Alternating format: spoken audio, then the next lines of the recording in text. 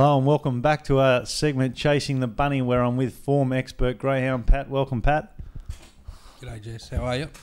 Now, to our faithful viewers out there, would have got on your selection last week, Marketplace. I hope so. Yeah, Market Talk. Yeah, very good odds and won well, and very happy with that dog at the moment. Yes. Yeah, I'm sure the punters that got on it were very happy as well. I hope so. Yeah. Should be asking for a sling. Well, yeah. Eventually, that's what I hope will happen. Yeah. Well, moving on, we've got Albion. We're looking at Albion Park Friday afternoon. What are our selections? Well, it's reasonably early for the to get all the form done, but there's race 2, a little dog called Trainer Lass, box 2, will just win. Not brilliant out, but it's got a lot of ability and probably win a 520 eventually there. But it's a 395 and very keen on it. And race 4, number 8, Bomb Zone, it's drawn on the right side of the track.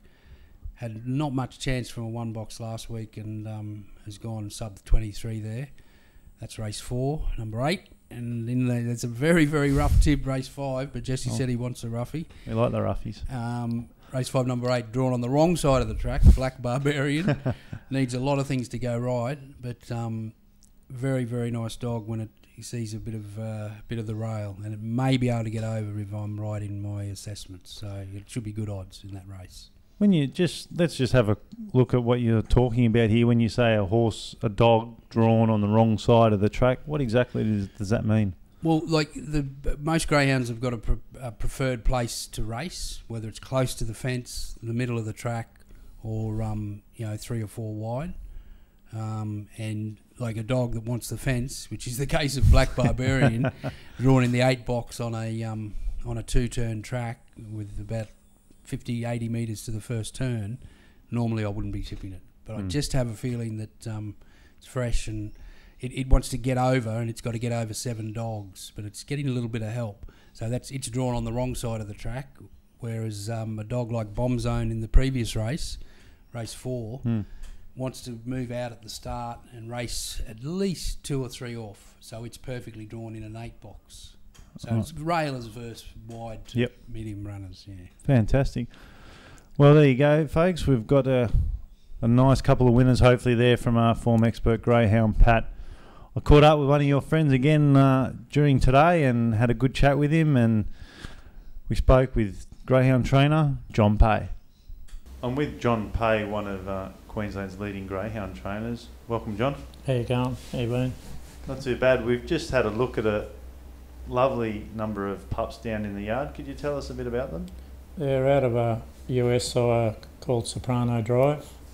I believe it's the first mating in Queensland. David Smythe owns the litter, and I'm just rearing them for him.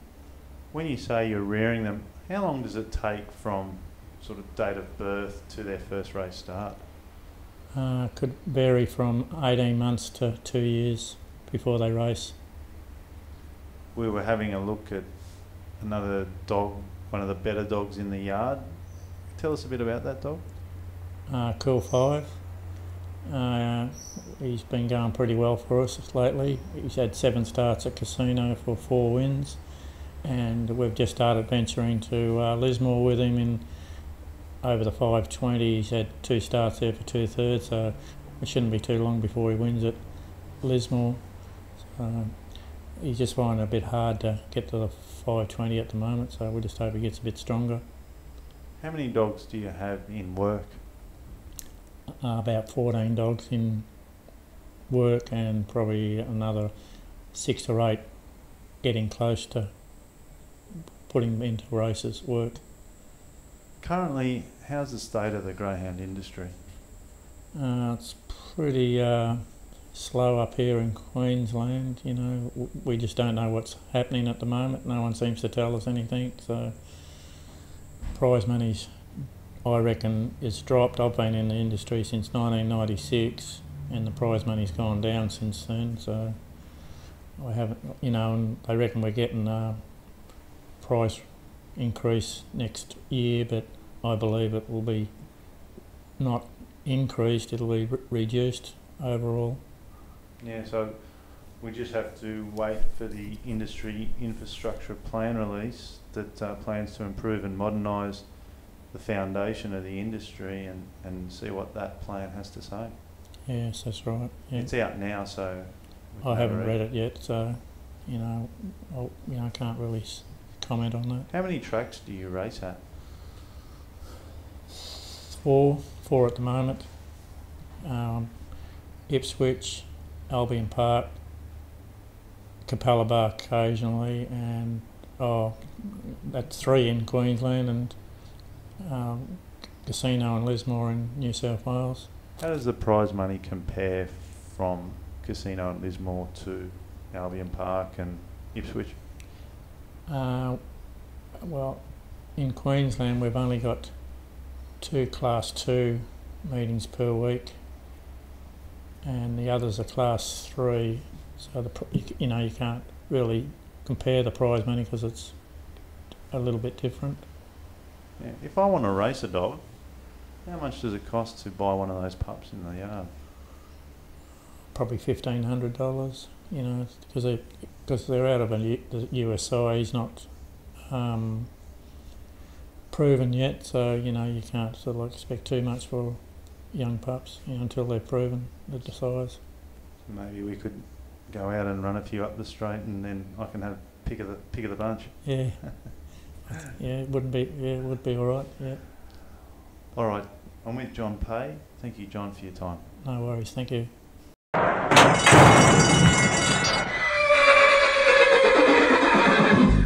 Hello and welcome to our segment Hot to Trot. I'm with Jim O'Sullivan, our Harness Hall of Fame driver trainer. Jim, how did you get involved in harness? Oh, my family was in it from before I was born, actually. My father won a race at Harold Park in 1941, I think, which is a long time ago, and he was out of it from when I was a kid, and when I was in high school I used to work one before school and after school, and that's how it started. So how long have you been involved in the industry? I've had a licence for about 45 years, I suppose, something like that. What are some of your greatest successes in the industry? I won the Inter-Dominion Trotters and the Pacers, won the New Zealand Cup, Australian Trainer and Driver of the Year, won the Australian title 2 years in a row. That was in the late 70s, and that's about it, yeah. Well, it seems that you've had a great success in the industry. Moving on, how's the Queensland harness industry travelling at the moment? Well, not too good. It's terribly negative at the moment because there's no direction. Mr. Bentley has put out a paper now, some direction we've got, but whether it's the right one or not remains to be seen. A lot of people don't agree with it. What is it that you don't agree with? Well, he's wanting to sell Albion Park, which has been the home of trotting for a long, long time, and that in itself is not good, but he wants to use part of the money to fund the gallops, which is not really good because it's the only thing we've got is Albion Park, and it's co-owned by the trots and the dogs, greyhounds, and he's got this grand plan of moving the tracks to, I think, inside Ipswich and at Deagon and selling Albion Park, but he needs the money to fund also some other galloping things. Yeah. Now, what would happen to those trainers pending the track is closed? Well, most of them, unless they've got a big paddock in the back of their yard, they've got nowhere to go. They're either got to relocate or just cease to exist. I know myself. I've got two little kids, and they're at school, and my wife works at a horse and hound at Bundle, so it's sort of not an easy task for me to have to relocate to Brisbane or somewhere like that, So, but I'm not the only one. There's a lot of people in the same boat. What would you put down the success of Victorian harness racing to? Well, they've had the right guys in the captains at the helm. They've had the right fellas, and they actually had a guy who started the ball rolling, a bloke called Ian McEwen, who was very much like Bob Bentley. He was a dogmatic bloke, and but the racing minister was trotting and galloping orientated, which made it a lot better. And he appointed Ian McEwen and Ian was a very bombastic fellow, but he got things done. But he was actually head of trotting only. Where Bob Bentley fails a little bit is he's the head of galloping, trotting and dogs, so he wears 3 hats, and the trotting people are a little worried that when he's making these decisions, which hats he got on. Is there some line of thought that the trotting industry in Queensland, and harness industry I should say, be extinct? Well, there is a line of thought, yeah, for sure. I do think it needed a shake-up, but some sort of shake-up, because it was sort of going nowhere and sort of sliding backwards. But whether we need as drastic a shake-up as the Labor government wants to do, it's hard to say, you know. I know when I come to Queensland in 1964, I think I was only a young fella. My first race, I won a blue ribbon at Bow Desert Show, and I think the race was worth $20, and I sort of hope I don't finish my career on racing for a blue ribbon of $20, but the way it's going, it might be. Yeah, I hope not. All right, I'm with Jim Sullivan. Thank you, Jim, for your time, and good luck, and see you on the track driving a winner soon. Hopefully. Thank you.